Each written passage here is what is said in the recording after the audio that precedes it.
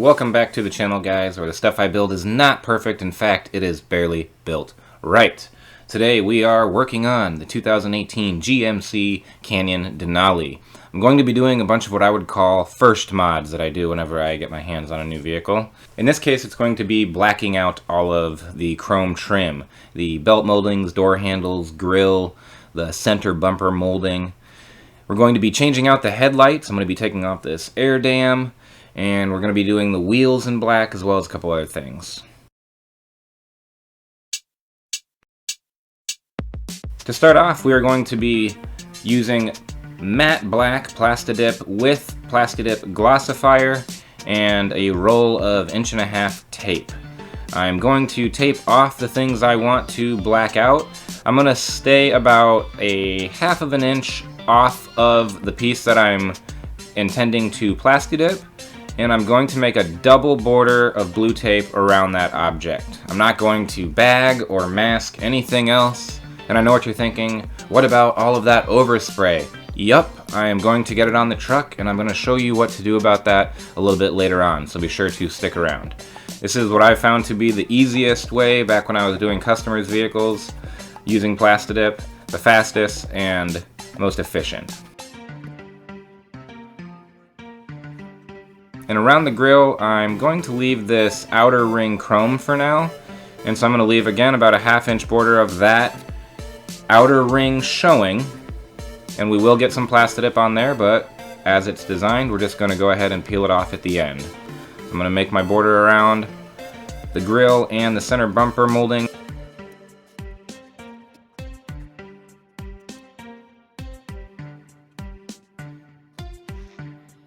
Here you can see I've got everything all taped up and ready for our initial round of PlastiDip.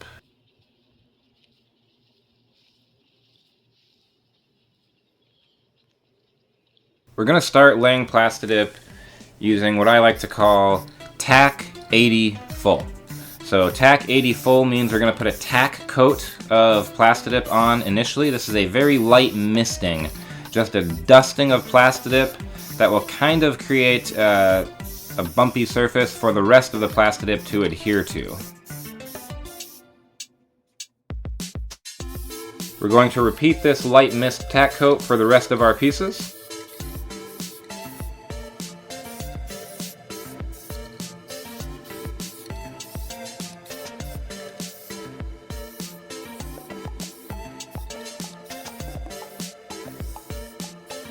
On things like the emblems here on the door and the badges, we're going to try and get multiple angles. Hit it from the top, hit it from the bottom, hit it from the sides, so that we get each face of those badges and emblems coated. The second coat should be about an 80% coverage coat. So we're going to come in and start laying it down a little bit thicker. This is almost covering everything, but you can still see the red peeking through there. It's not quite fully coated yet.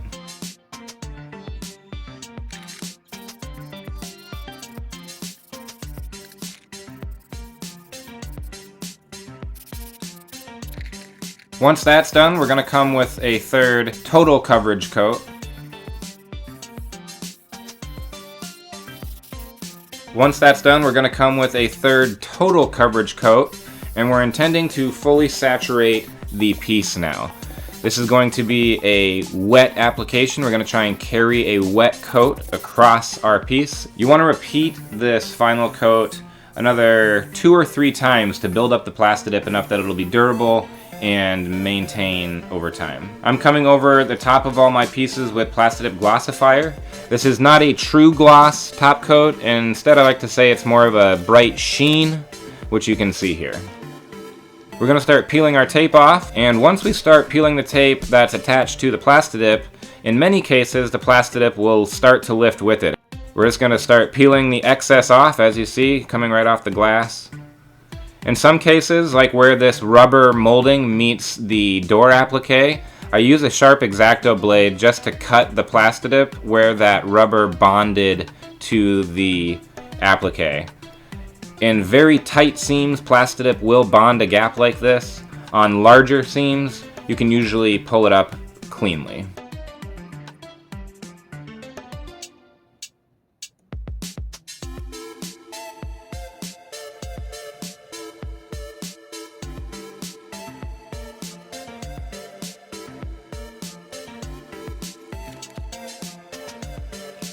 On emblems like on the door, you see a lot of pieces break off and there's still PlastiDip in the center of the letters. I use the blade carefully and oftentimes with the back edge of the blade rather than the cutting edge to tease all of those little bits out of there and clean up these emblems.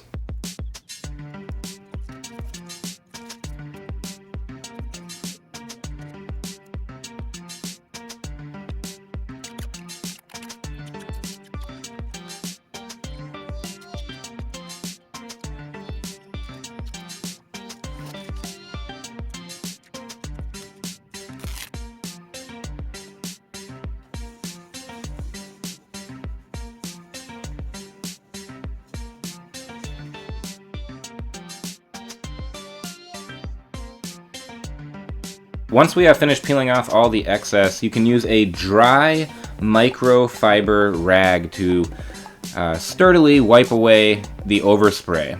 Keep in mind this product is designed to come off, and since it's in such small quantities, it rubs off easily with a dry microfiber rag. I will show more of that a little bit later on in the video as well. Continuing on the PlastiDip trend, we're going to PlastiDip the wheels as well in the same semi-gloss black as we did the trim. I'm going to clean the wheels, wipe them down with a little bit of alcohol. I start with what I like to call a bead lock. This is spraying the outermost edge of the rim where it meets the tire to ensure that our PlastiDip is going to seal properly around that edge and hopefully not lift going through car washes or in the future.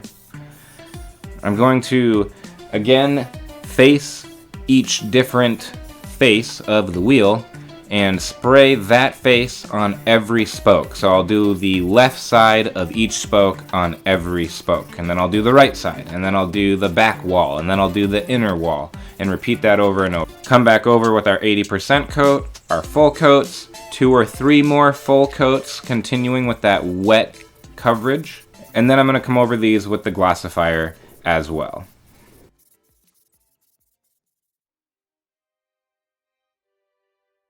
Also going to be replacing the chrome headlights with black housing aftermarket headlights. To do this, we need to take the front bumper off. So we're going to start by removing the radiator shroud on top with the plastic push pins. And then we're going to take the torque screws off the top of the grille.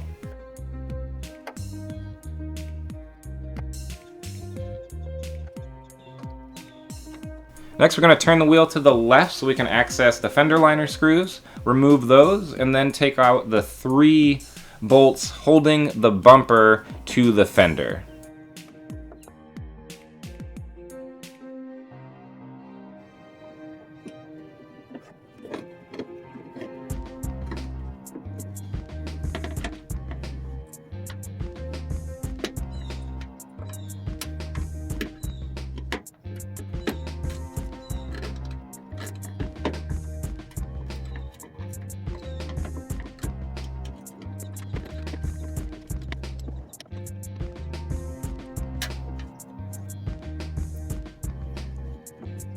Gently pop the bumper out of place. Repeat this process for the other side after turning the wheels again.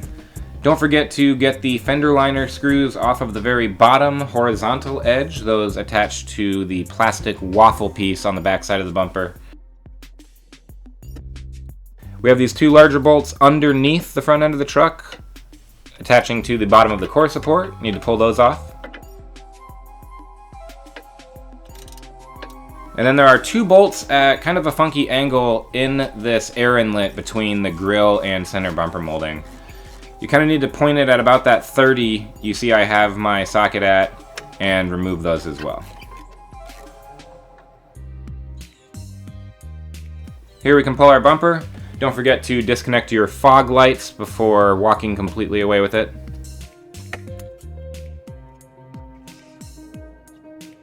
Gonna pull the negative battery post off, just as we do an electrical component swap. Just helps prevent against any kind of rogue electricity going through our brand new headlights or back into the truck.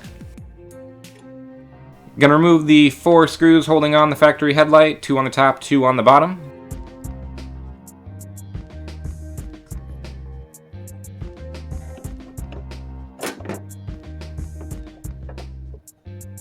Remove the headlight and disconnect the wiring harness from the backside.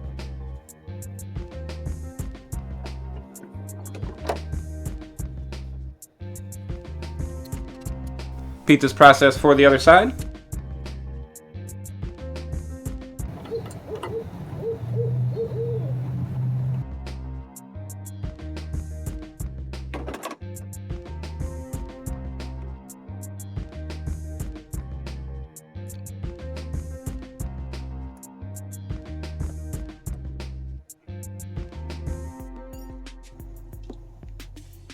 And we're going to reverse the removal process to install our new black housing aftermarket headlights.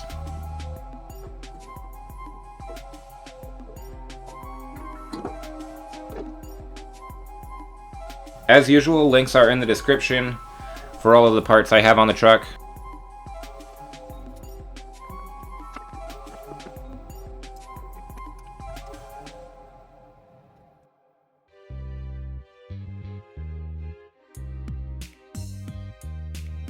While the front bumper is off, I wanted to do a couple of gold accents using PlastiDip again. I'm going to paint the chrome ring around the grille and the 2 chrome rings around the fog lights in this kind of vintage gold color. To remove the ring, we need to pop all of these plastic tabs off of the backside. I pop them while slowly pulling on the ring to pull them out of their slot, and then I also needed to remove these 3 Torx head screws as well. Going to tape off the rings in the same manner we did the outer trim. Also going to be painting the door handles in gold. Going to tape those off in the same manner. Using the PlastiDip Luxury Metal Series. This is my first time using this line. This is the lime gold color. Going to use the same TAC 80 full method on the gold trim. I'm not going to beat this to death as we've already been over the process for the PlastiDip.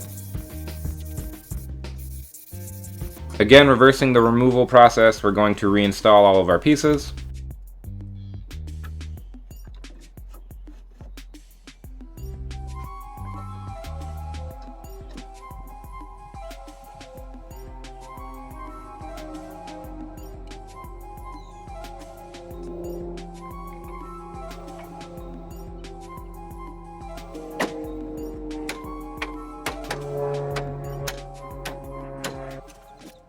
And we're going to peel the excess PlastiDip off and clean it up.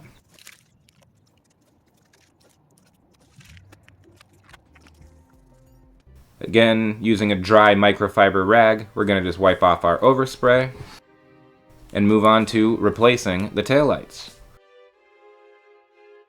Taking off the chrome and red taillights, replacing them with black housing smoked taillights. Start by taking off the 2 Torx screws. And then we're going to pry between the plastic housing of the taillight and the body of the truck. Recommend using plastic pry tools for this.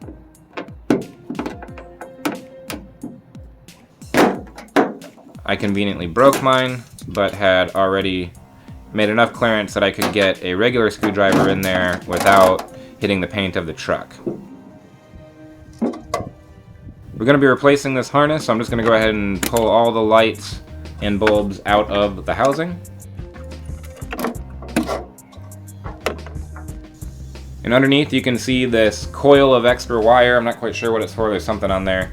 But I cut the zip tie so that we could get access to our connector down here.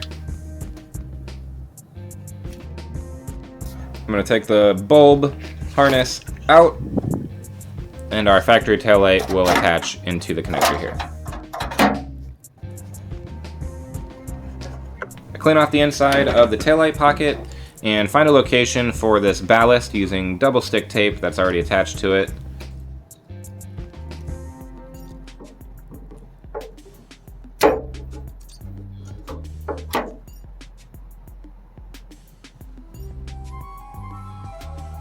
I'm going to fish the harness back down and install the new taillight by pushing firmly into the truck and then replacing the Torx screws. Don't forget to connect your harness back in and use a new zip tie to rehang that excess wire harness. So that wraps up a few first mods that you can do to your Canyon right off the bat. Make a big change in looks without making a huge dent in your wallet. Before I show you the reveal, I have also lowered the truck 3 inches in the front and 4 inches in the rear using Beltec's lowering kit. Check out my other video for the install process with that kit. And with that, let's check out this truck.